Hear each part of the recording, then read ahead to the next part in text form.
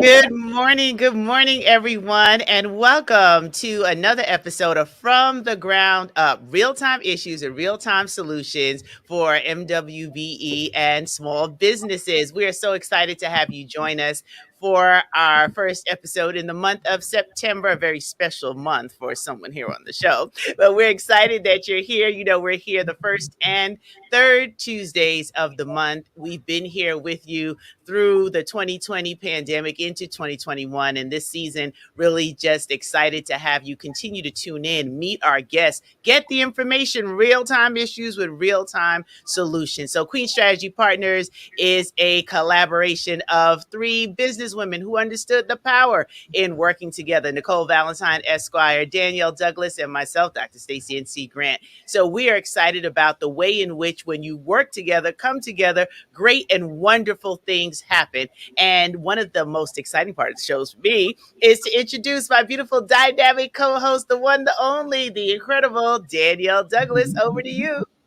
Well, thank you, Miss Dr. Stacey N.C. Grant, for that wonderful introduction. And it's so good to see you all this morning. I hope you had a great Labor Day weekend. And now, today, Tuesday, we are on and popping because it's back to work. But even though summer is like officially over, it's not quite over. But we just change our mindsets. We are like, we are going into the end of the year and we just got to make it happen and, achieve our goals. But guess what, folks? Even with all of that, we have to have some balance. And so today we want to focus on wellness for you as the business owner and your team, the folks working with you, because we know that we have to take a holistic approach. In this day and age, we are just work, work, work, work, work. And we always chasing our day, feeling like we got so much to do, but we want you to focus on yourself as well. And so today we have two dynamic guests with us that is going to share their knowledge and their expertise about how you can maintain wellness for you and your team. So I'm going to pass it back to Miss Dr. Stacey N.C. Grant so she can introduce our first guest. Well, thank you so much, Danielle. This is going to be a great show. Before I introduce our first guest, make sure you share this out, because what we're talking about today, everybody needs to hear it, and will be very appreciative that you thought of them and shared this broadcast. So go on and share it out and let folks know that we are here. From the Ground Up is live. So our first guest, Latanya Ponce, is the president and owner of Talent Mix Staffing.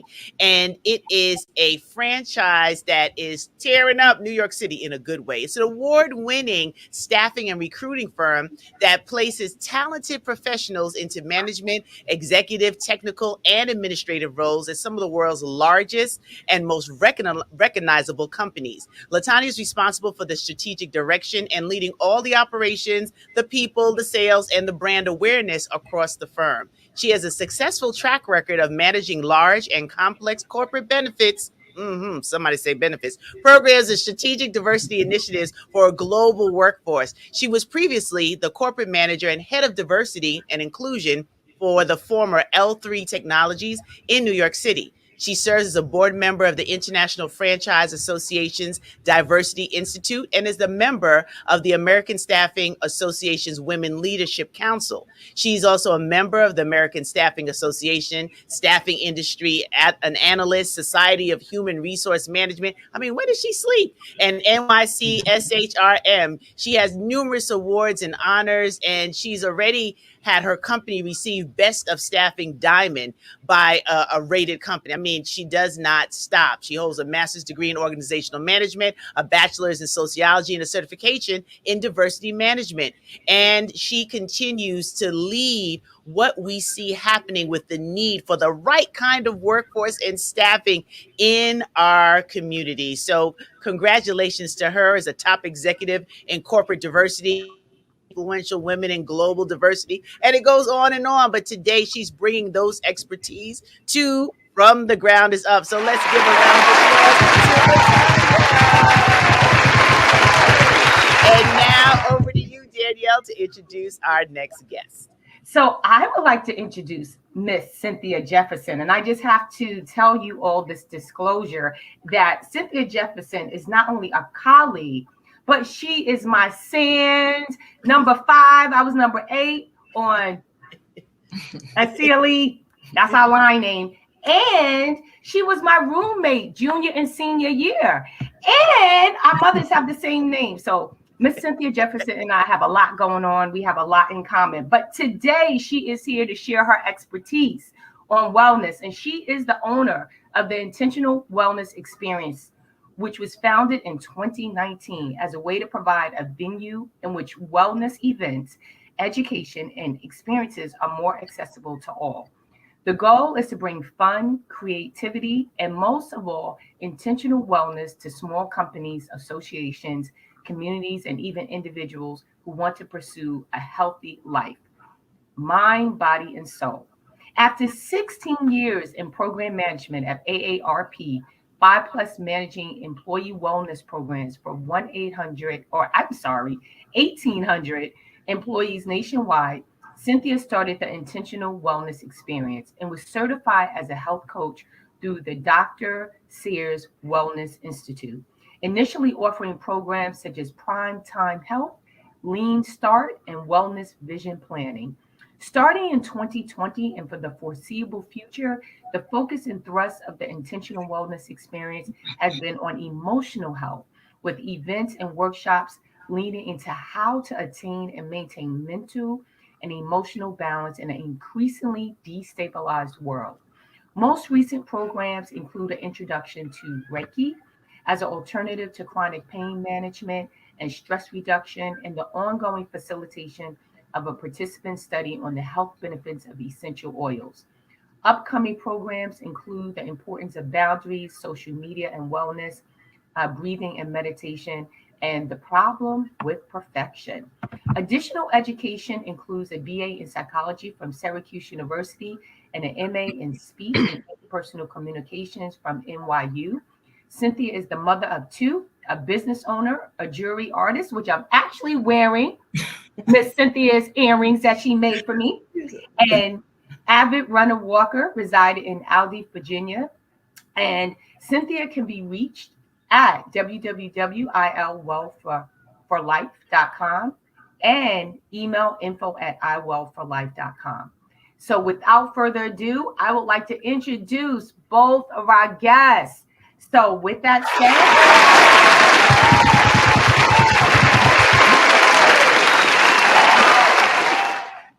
I am passing it back over to Miss Dr. Stacey N.C. Grant.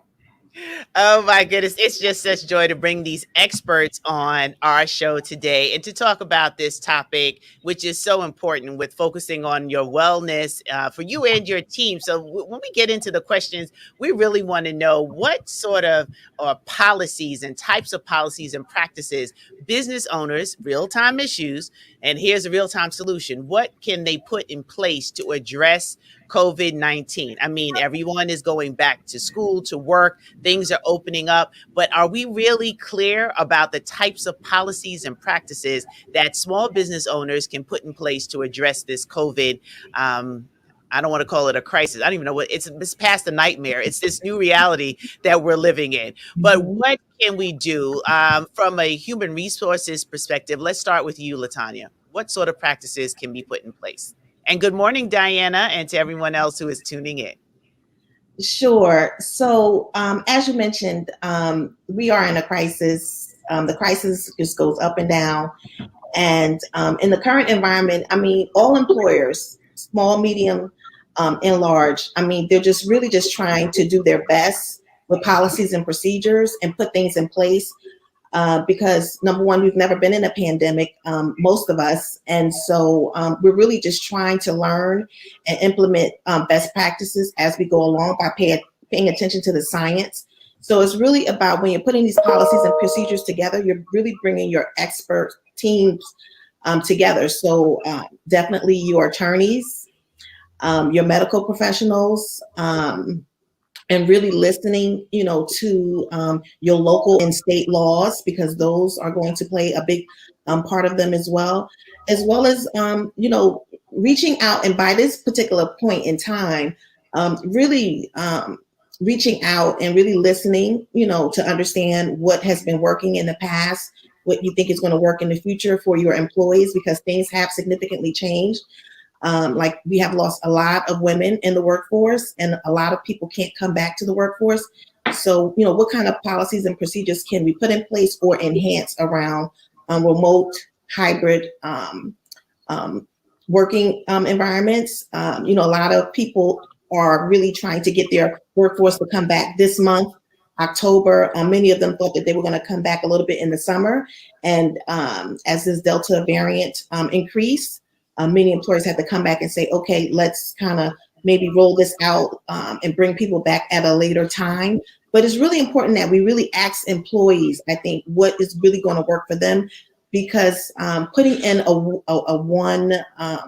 a program, like a one program that fits all, is not really going to work for all of the workforce, because you have different people in your workforce and not everyone has access. And really, employers are in a position where they can, whatever you're implementing, it's really important that we make it accessible to everyone. So it's really about bringing the experts to the table, those key experts. Your CEO is important. The business leaders, the operations team, if you have them. If you don't, definitely the CEO, your HR team. If you don't, reach out to outside resources. Definitely your attorneys, your local and your state resources. They have tons of free resources that are available that can help you put policies and procedures together. They have templates. Looking to the CDC, the WHO, all of these different medical providers and centers, really have put together programs and resources for businesses to help them get started, so they're not starting from scratch. I love that. And the fact that you have to have all of these people on board. And for some small businesses, they might not have like an extensive Right. staff of counsel that they can go to, or advisors. So before Cynthia gives her perspective, I would love for you to offer any additional suggestions. Like, what if you're a smaller operation and you don't have access to an extended staff of professionals? Where else do you find that they can go and gather this information, or whatever resources available to help them buffer until they scale their businesses to have full blown, attorneys and doctors consulting with them? Yes, absolutely. Some of the top resources that I have found for small businesses, and including myself, because I could speak from that, it's very important that business owners, they really get connected to their associations. So if you don't have an HR team, have access to like the Society of Human Resource Management or the American Staffing Association. They have attorneys on staff, and they have provided and developed templates that they provide out to their members. In addition, if you think that, oh, well, maybe I don't want to necessarily become a member of SHRM or ASA, because that's not necessarily my field. Like, my background is also human resource management. So, for me, that's a natural association. But your chambers, your local chamber of commerce. I mean, I have been so proud to see so many different chambers of commerce really partner and advocate for small businesses of all types and sizes and ethnicities. So they really have partnered with other organizations. They really have toolkits available. So it's really important that you become members of different associations, because that's what your membership pays for. It pays for the advocacy. It pays for the tools and resources. So reach out to these organizations. And even if you don't want to become a member, perhaps you can partner with others who are members, so you can get access to the tools and the resources that you need. So, and if you don't have these people on, if you don't have staff that are, who are overseeing HR, the fees are very, very reasonable on an annual basis. They're about $200 for annual membership. So it's very much well worth the cost versus paying someone a couple of hundreds of dollars or even thousands of dollars to put together a full policy for you, where these associations have the templates and you can, insert the information and take it to an attorney to review, because that's really what you want to make sure that that you have something that's in compliant.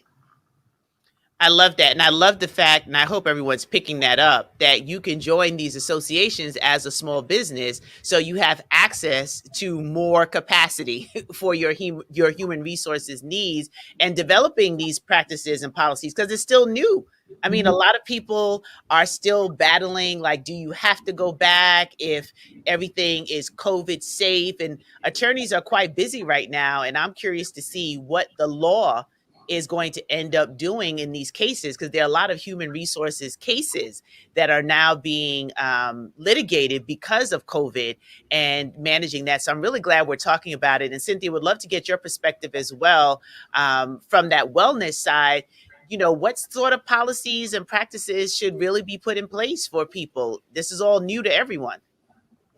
Yeah, and okay, and thank you. And Latanya really pretty much covered it well in the sense that, I was going to say Chamber of Commerce because um, this is an area where you can network with other small businesses and kind of get their perspective on what they're doing because everybody is scrambling. The response is all over the place.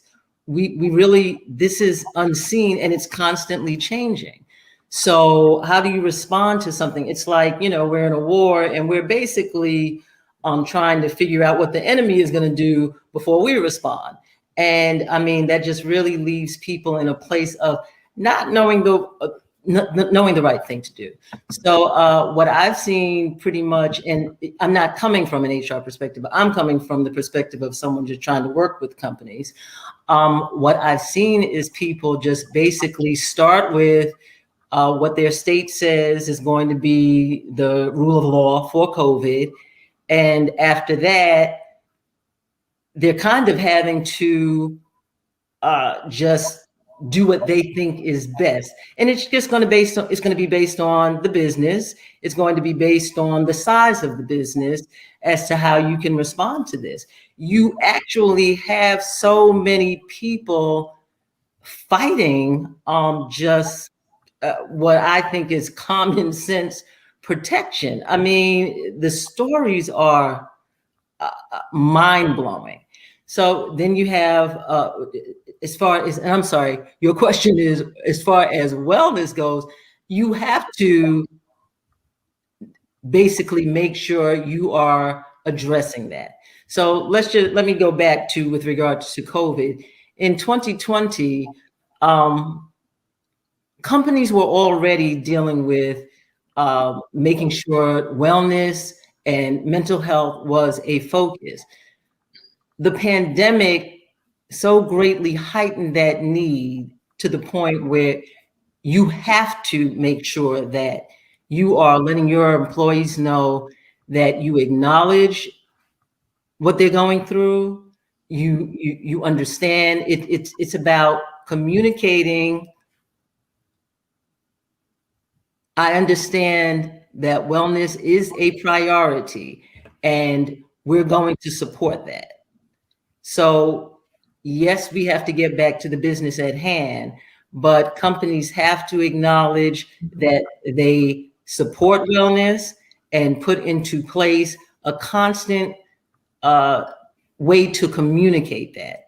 So if you are unable to employ someone to focus on that role, and now we know through the virtual world of, virtual everything, there's so many ways in which virtually you can just put something in place that is going to be there for employees to access and, just get different ways in which to address wellness. So I've been listening to both of you, and I think you both responded with such great information. But as Latanya, you were speaking, I thought about as people are going back to work, they either can get what is it, a religious exemption or a health exemption, and oftentimes these exemptions are being denied. So that's one thing. The other thing is that people have become accustomed to working from home and they feel like they can be just as productive, but it allows them to once spend time with their children, you know, to get a lot of other stuff done. And they are liking being at home. Nevertheless, they know they still have to work, but being able to navigate their environment, their life a little better. So wellness becomes very important. So I wanted to ask you, both of you, but Latanya, you from an HR perspective, because although businesses should be integrating, our organizations and our organizations should be thinking about wellness more, oftentimes they're denying the employees the opportunity to work from home, and they're saying, no, you need to come back to the office at this time. So in this particular environment, employers have to understand that they're fighting not only COVID, but a shortage of talent. Mm. So for those employers who are not willing to be open, particularly in this particular environment, the environment, we're going on almost 2 years now for this pandemic. You know, we're at the 18 month mark. We're getting ready to go on 2 years. And at this particular time, you really have a lot of companies who are really doing it well, approaching it well. And the reason that they're doing that is because they're truly, like Cynthia said, they're truly communicating from the top down, from the bottom up, and always in between. And they're involving their employees in the process to understand what works well. We understand some jobs are simply cannot, work remotely at home. We understand that. So let's become creative. And when we bring them back, to make sure that they're coming back safe, but also that you're retaining and rewarding that talent still. For those jobs where you thought initially, which many people thought, that certain jobs couldn't work, couldn't work from home. And then when they did, because you were forced to, you found that many employees were very successful in the role, worked longer hours. As we saw, many employees actually became burnt out. When you're denying employees the opportunity to work remotely, or the opportunity to work a couple of days remotely, or a couple of days to come into the office, and you're just not being flexible at all, what that says is, listen, it's really, there's no flexibility here. It's kind of my way or the highway. And so that sends a message to the employee that, you know what, there's this is not the place where I want to be. So I'm going to look for employment elsewhere. And that's what's happening. So employers really need to be mindful. They need to be thoughtful, and they need to think about not only COVID, but attracting and retaining their talent. We all know that everyone across the United States is struggling to find and to keep talent. And people are looking to go to other employers, or to just go out on their own and be their own independent contractors and freelance, on their own. So you have to be mindful of that. And those are the things that they're going to face. So you have some employers who are just simply not getting it right. And I just think that they're not being open, and they're not leveraging their resources, and they're not taking the time to find out how this could work for our organization. So what's going to really unfortunately happen is they're going to find out the hard way when they lose great talent. And those organizations who are getting it right, they're going to allow their employees to flourish and say, okay, let's continue to try this out, and let's see where this goes. Because number one, I want to keep you safe. I want to make sure you have the flexibility that you have, and that you need, and that that you're able to thrive, and that you're staying with the company, and that you feel like the company can support you. And we're here to do that, because I have heard from colleagues and other peers where they're just very thankful for their company, because number one, they continue to pay them bonuses, give them increases, and provide all of these wonderful resources for not only themselves, but for their families during the pandemic. So that's what they need to do. Thank you, Latanya. And Cynthia, I was going to say, if you could address the question from, again, a wellness perspective, because when I think about that, I think, well, what, when businesses and organizations are asking their employees to come back, it is stress inducing for some of the employees. They are not ready mentally or even from a practical perspective to come back, especially now with what's going on with school and everything, they have to navigate that. So I would love your perspective from from wellness.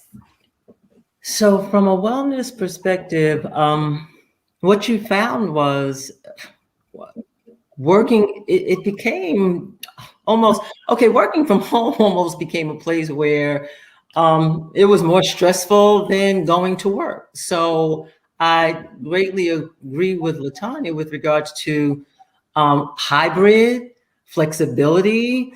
Uh, the burnout happened because people were not able to see any boundaries between work and their personal lives. It was just all meshed together, nonstop. You don't know when to put the devices down because hey, they're always available. Also, you had a great amount of people, as Latanya mentioned, women specifically, taking on the load of having to work with their children, trying to do online schooling, and they're trying to do online work, and it just became untenable. It was just too much.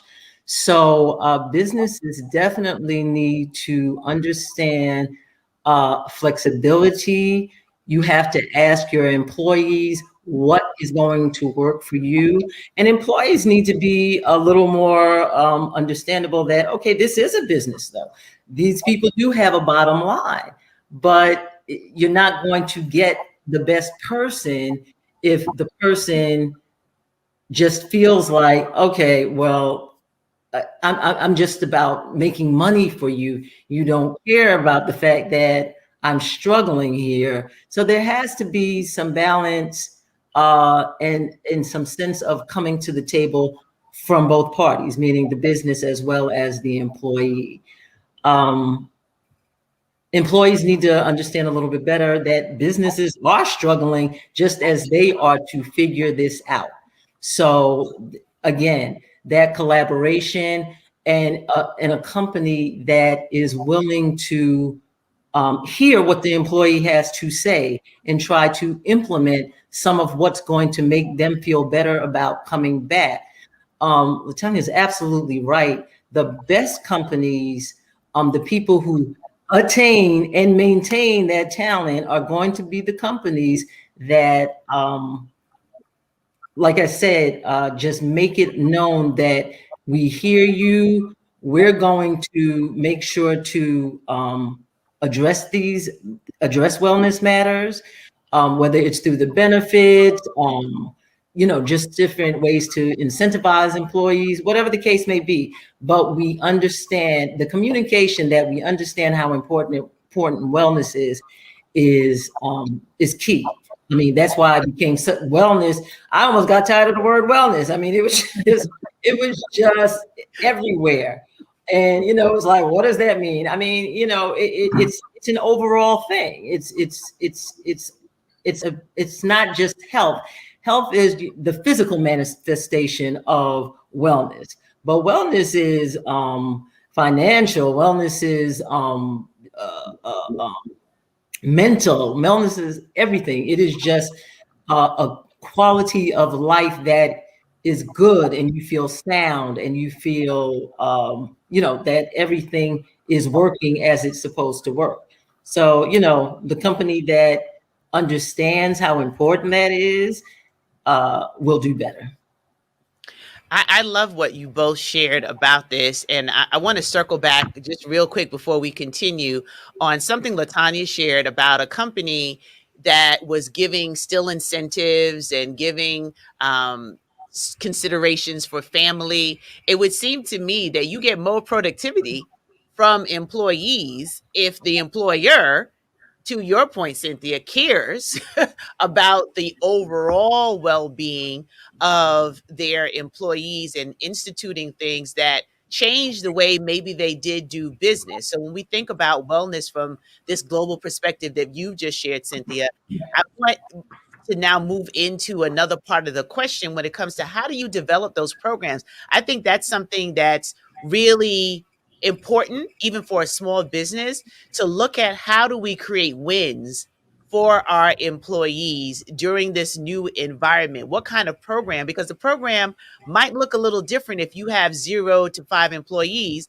than if you have 5 to 10 or if you have over 50. So what kind of wellness programs, keeping in mind this concept that it's not just physically, but mentally, emotionally, community wise, how do you feel? I would love to get both of your insights on how an employer and a small business can start to create or refocus an existing wellness program.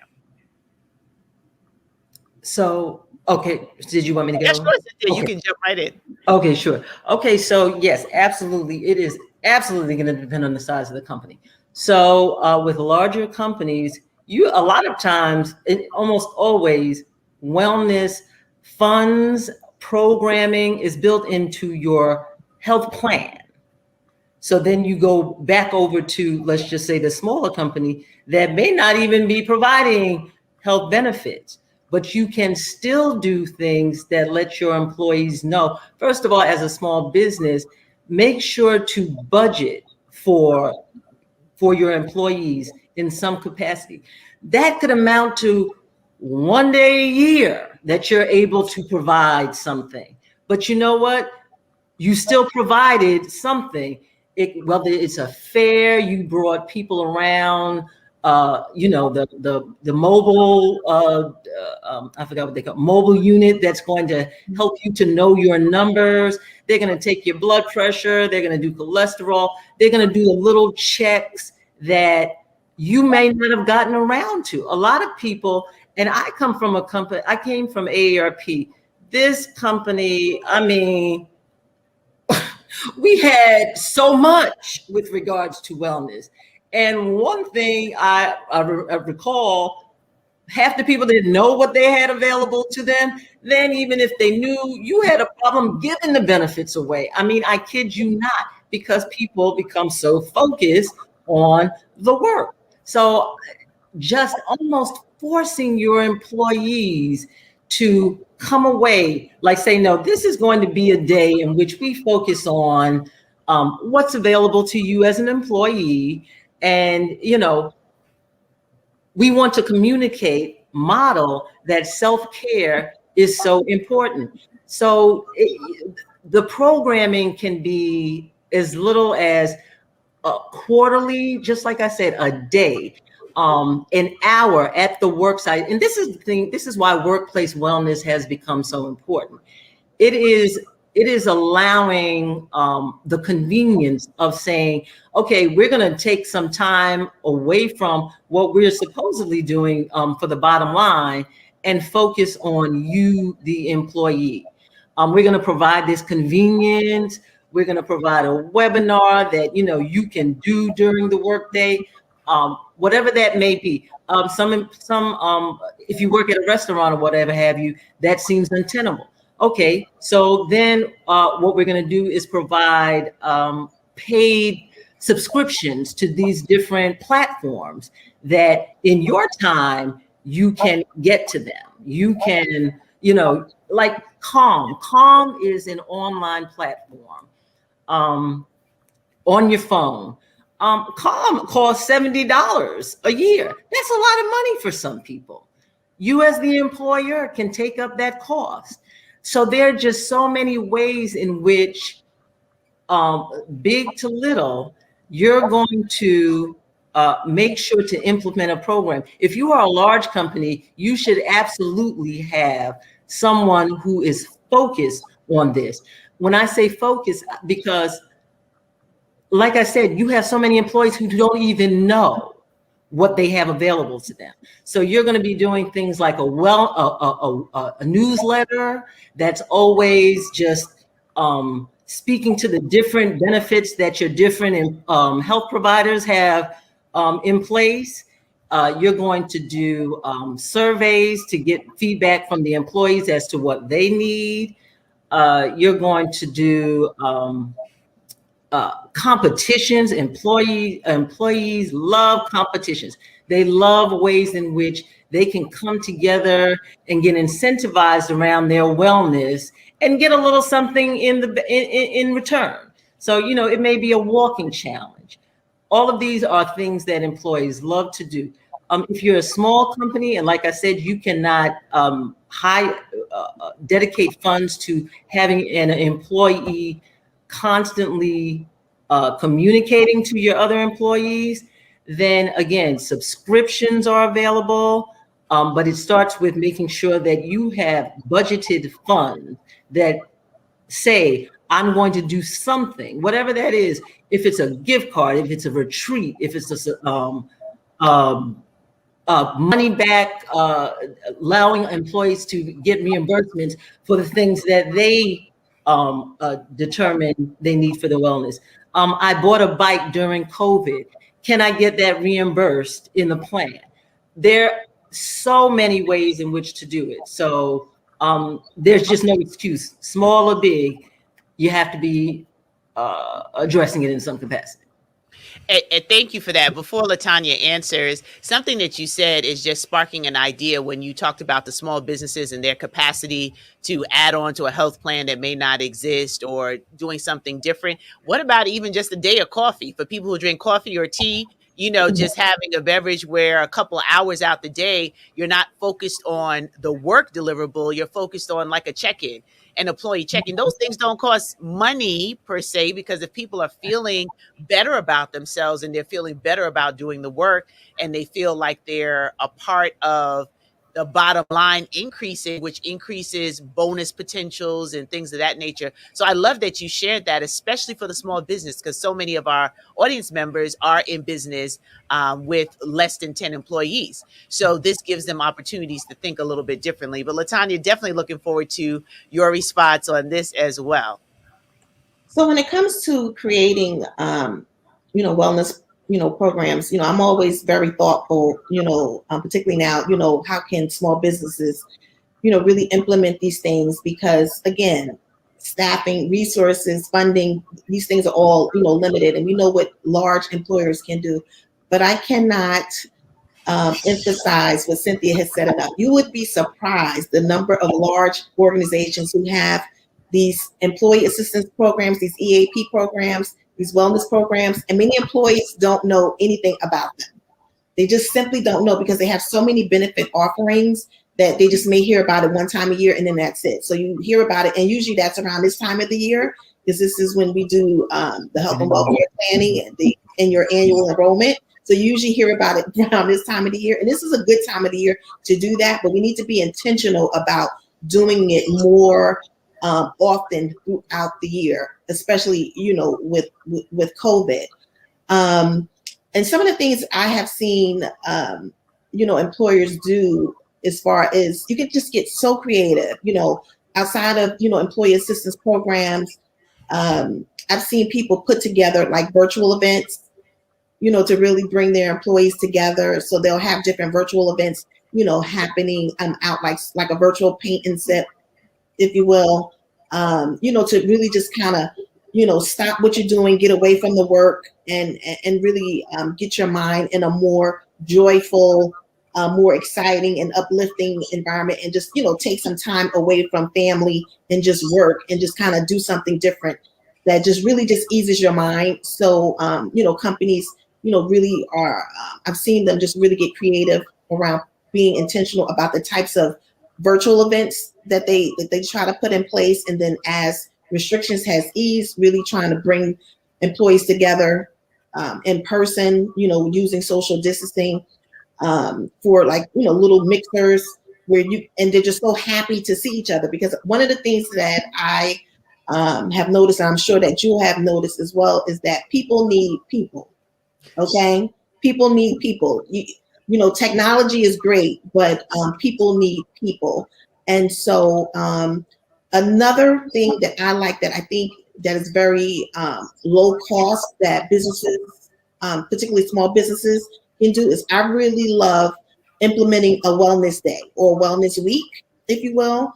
And Cynthia, talk to this. I like where you talk about putting something together for your employees, where you have a panel of experts come in. Doctors and medical providers love to talk, and they wouldn't charge you anything for that.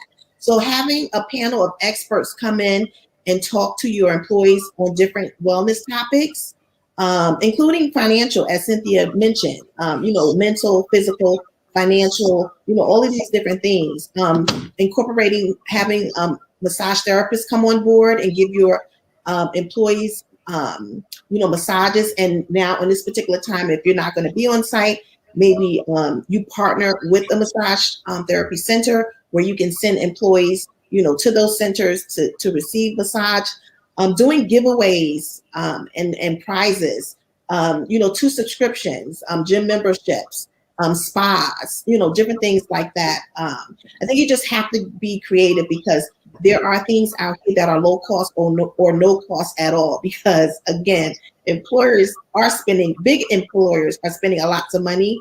And unfortunately, a lot of times those benefit offerings are not communicated and are not being utilized.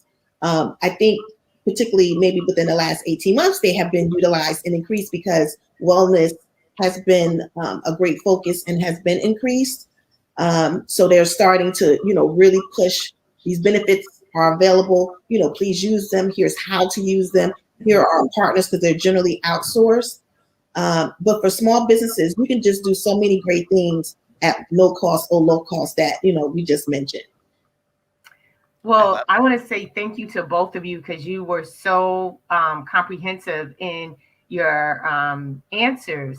And our next question really is, and you may feel like you addressed this on some level because like LaTanya, you talked about being able to get massages, that may be something that an employer could implement for their employees. But if we look specifically at ways that we can, for ourselves as employers, as well as for our employees, reduce stress and anxiety. Is there anything else that you think is really important if we focus specifically on stress and anxiety? So I'll start with you, LaTanya. And sure. We would love to hear your thoughts on that as well. Sure. First and foremost, it's okay to say no. And no is a sentence, okay? No. No, no, no. So many times, we want to help everyone. We want to do everything. So many times people will pull you into their stuff and take you away from the things that you should be focused on. And it's important that we really stay focused and we really tell people that not at this time. I really can't do this at this time. And you need to know that that is okay. We need to know that that is okay because when we continue to say yes to everything, that's where the stress and anxiety comes in because now you're trying to please everyone in addition to completing all of the things that you have going on. So my number one is starting with no, learning when to say no. Also, the next thing is really carving out time. It's important for business owners to carve out time. I think the summertime and during the holidays is a great, time to do that, as well as offer that to your employees. So, like free Fridays or every other Friday off, half Fridays. Some people do this throughout the entire year. It's really popular during the summer months. So, from like May to September, free Fridays, half Fridays off, every other Friday off, really carving and really setting those boundaries. So for me on Fridays, you got to about a good 12:30, 1 o'clock p.m. for me in the morning. I usually make myself available.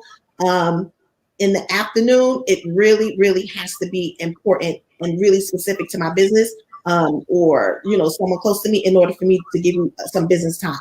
So we really have to set, those boundaries. Or, of course, if there's an urgent call from your employer. But we also have to communicate to our employees that we have to set boundaries as well to managers and to those that they manage.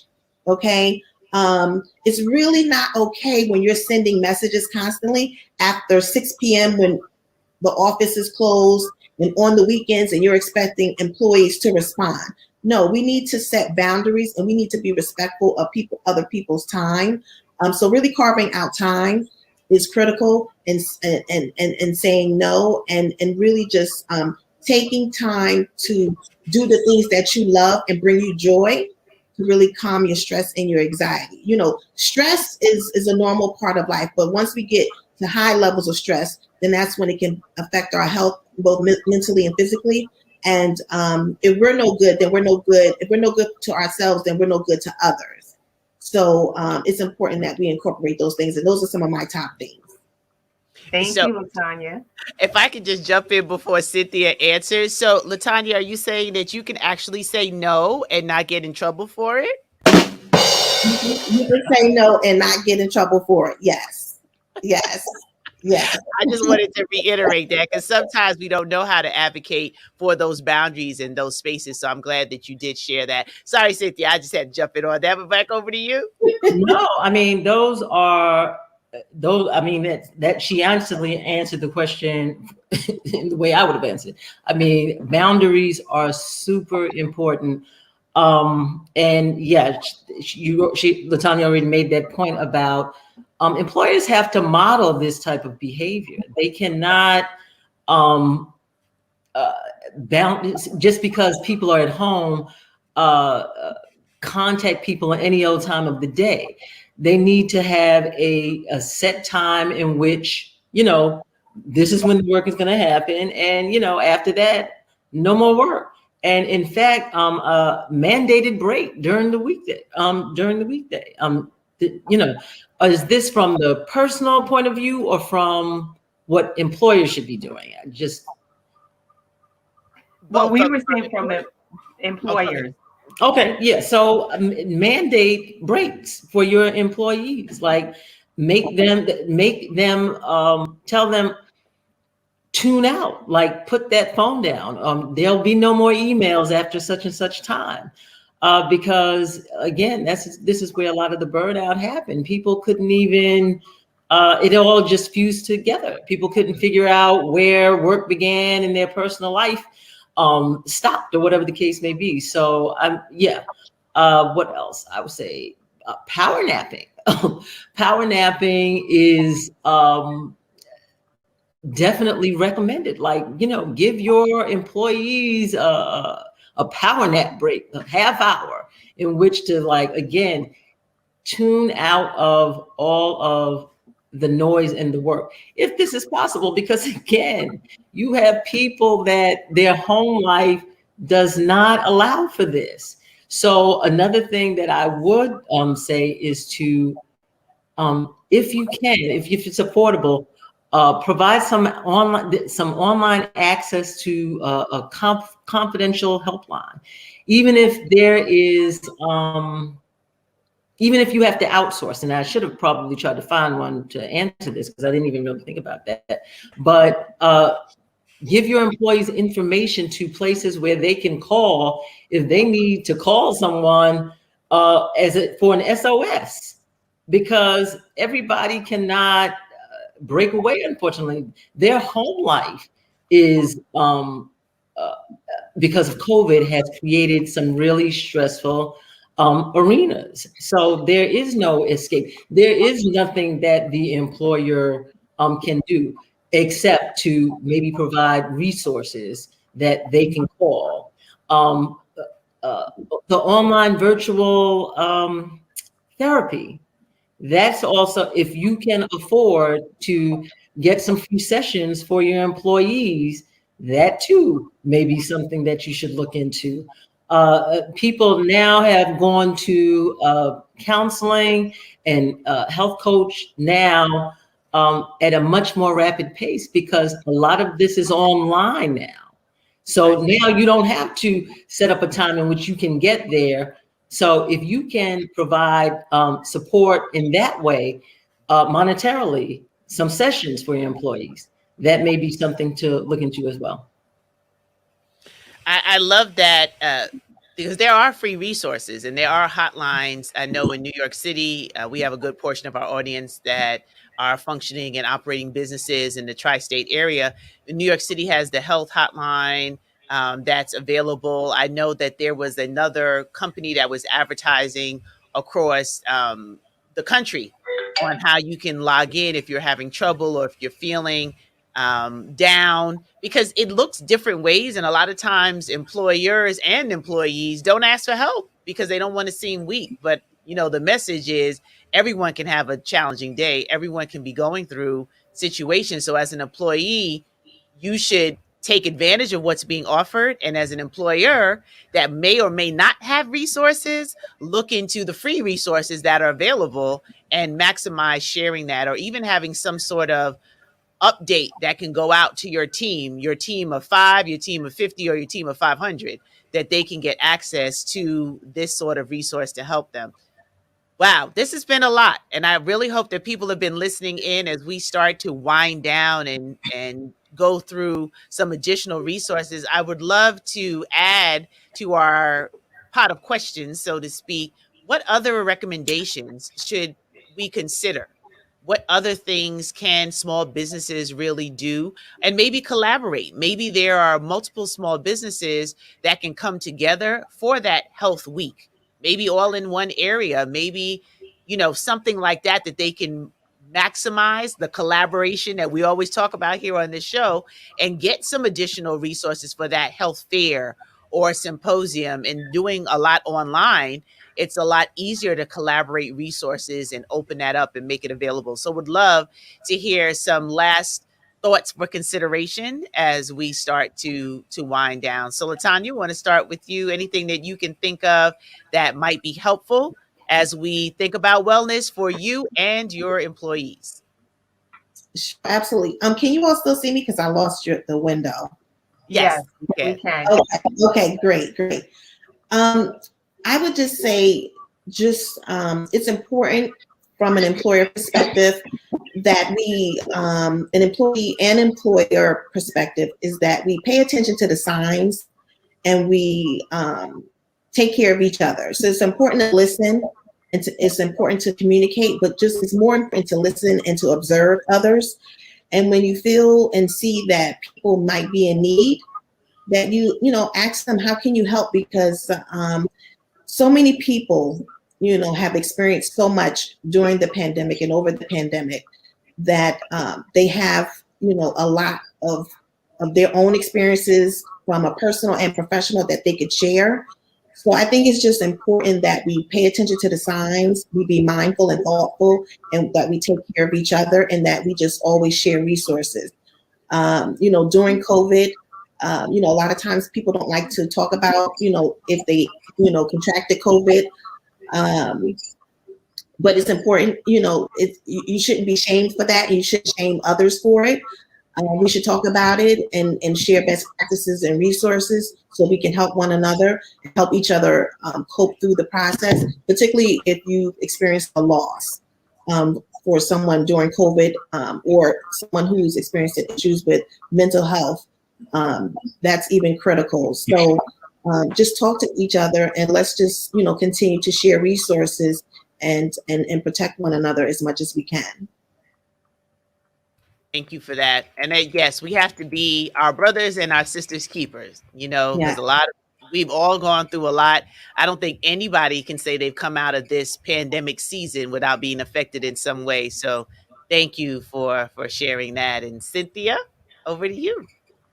Yeah, and it's not much more I can add to that, because this does require that we pay attention to each other and be there for each other and be supportive. Something you mentioned, Dr. Stacy, was communities, and to the extent that people can create communities, or just with among their employees, just continue to keep that connection, so that we are, and when I say that connection, because people are zoomed out, to tell you the truth. I think it was LaTanya said, we need each other. People need people. We do. But sometimes maybe not in the work environment. So providing opportunities in which we come together socially, and just because. And I would also say people have to do a lot of their own self-care. I I understand employers have a responsibility, but unfortunately, employers are not going to know everything. Like someone said, people are not saying that something is wrong.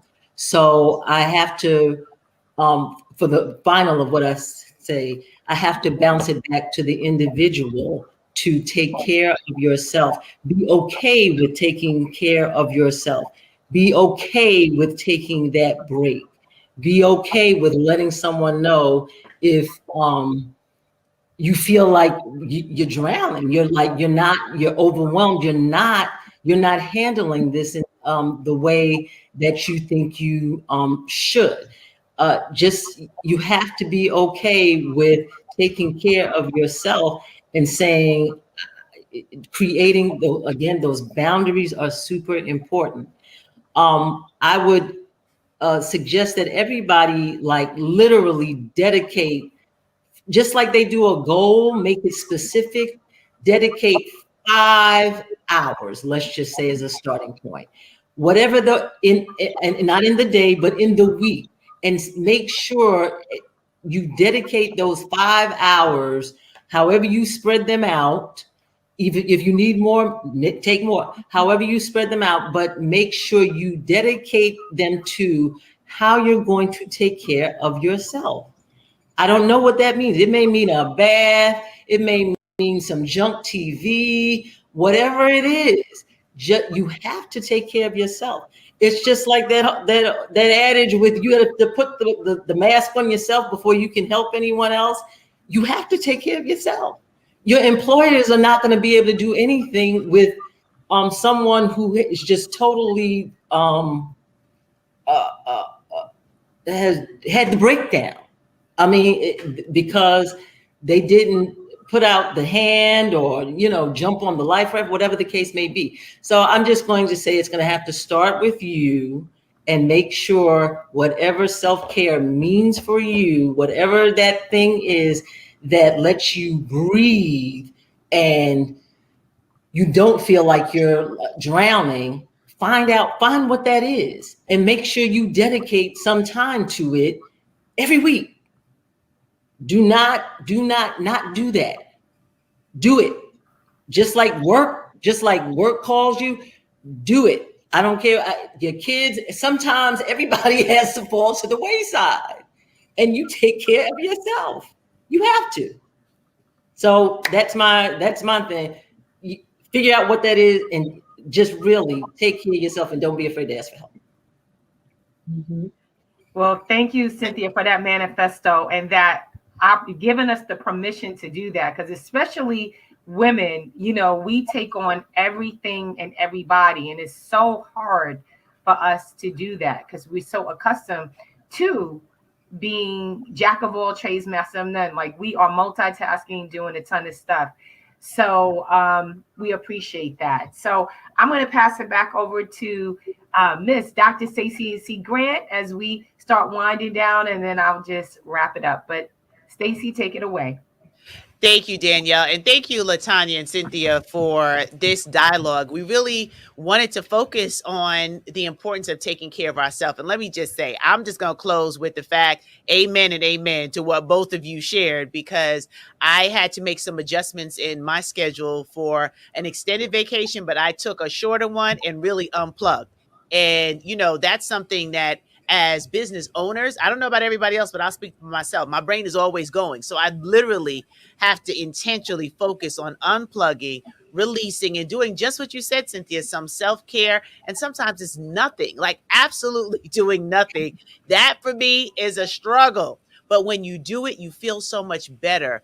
Just exhaling, woosah, so that you can come back and be a great employer, be a great employee, and sometimes just be a great friend, right? Because when you're going through a lot and you're frazzled and you're afraid, who are you helping? You can't even help yourself. So I really hope that today's show was an opportunity for us to reflect on practices that we can put in place for our businesses, as well as holding ourselves accountable for the work. So Latanya and Cynthia, how can people contact you before Danielle closes us out if they want to continue the conversation, if they're interested in human resources support? Latanya, Cynthia, if they're like, look, I don't know where to start on the wellness program. Cynthia, help me, and help me figure it out. How can they contact both of you? Latanya, we'll start with you. Sure. You can reach our office at 212-871-1221 or via email at hello@talentmix.com, and that's TALENTMIXX.com. Thank you. And Cynthia. Yes, I can be reached at info at I well the number 4life.com. And my website is www.iwell4life.com.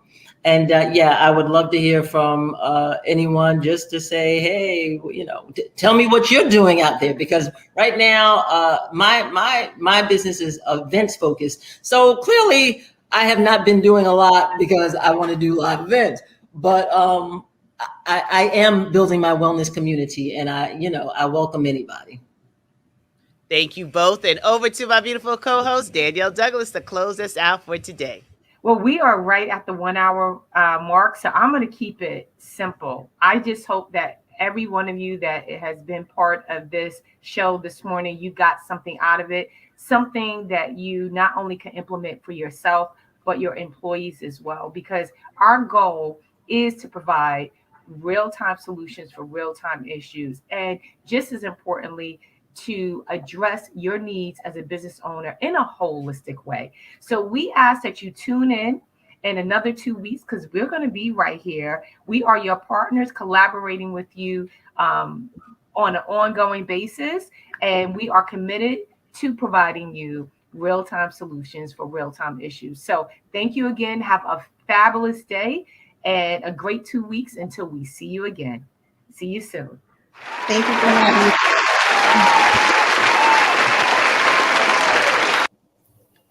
Well, hello, everyone. Thank you so much for tuning in as we had our replay today.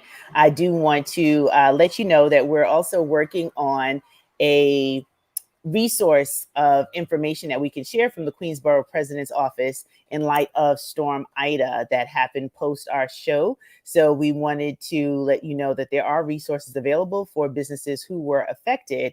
And additionally, we have another opportunity for those of you that are tuning in that have wherewithal and resources to help the survivors of Storm Ida. We're doing a Night of Healing benefit concert. So those of you that are interested in supporting and or participating, you can go to anightofhealing.com, and there's more information there on how you can contribute. And we're using our fiscal partner of Showing Hearts Foundation. Post 2+ weeks, and families are still going through quite a lot. So whatever support you're able to give would definitely be greatly appreciated, as we're highlighting the areas that were affected in Queens. We know that we had challenge that was happening throughout New York City, from the Bronx to Brooklyn, even Manhattan, New Jersey, and we know we've lost lives as well. So this is our way of helping them to have some real-time solutions right now, because we know FEMA and the comptroller's office and all of these various forms and claims that need to be filled out don't always happen as quickly as necessary. And these families don't have a refrigerator, they don't have stove. It's really urgent, their need in the moment. So while the Red Cross has helped to house some, there's still blocks and blocks of families just trying to crawl out of the rubble that's literally left there. So on the site, you'll see one of the captures that I did in one of the communities. And I thank my partners at Queen Strategy Partners for their support as we pull together this Night of Healing. So once again, nightofhealing.com for more information, queensbp.org for the additional resources that are available for any businesses that were affected due to Storm Ida. So thank you for tuning in, and we'll be back on the first Tuesday of another very special month and pre-birthday celebration to my co-host, Danielle Douglas, who will be celebrating her birthday at the end of this month. So talk soon, everyone. Stay safe, stay well, and do your part to make a difference. You know, small businesses run this country, and we want each and every small business here that participates in our show to thrive post-corona, post Storm Ida, and anything else that rears its head during these times we're living in. So continue to wear your mask, stay socially distant, be safe, and we'll see you soon. Bye for now.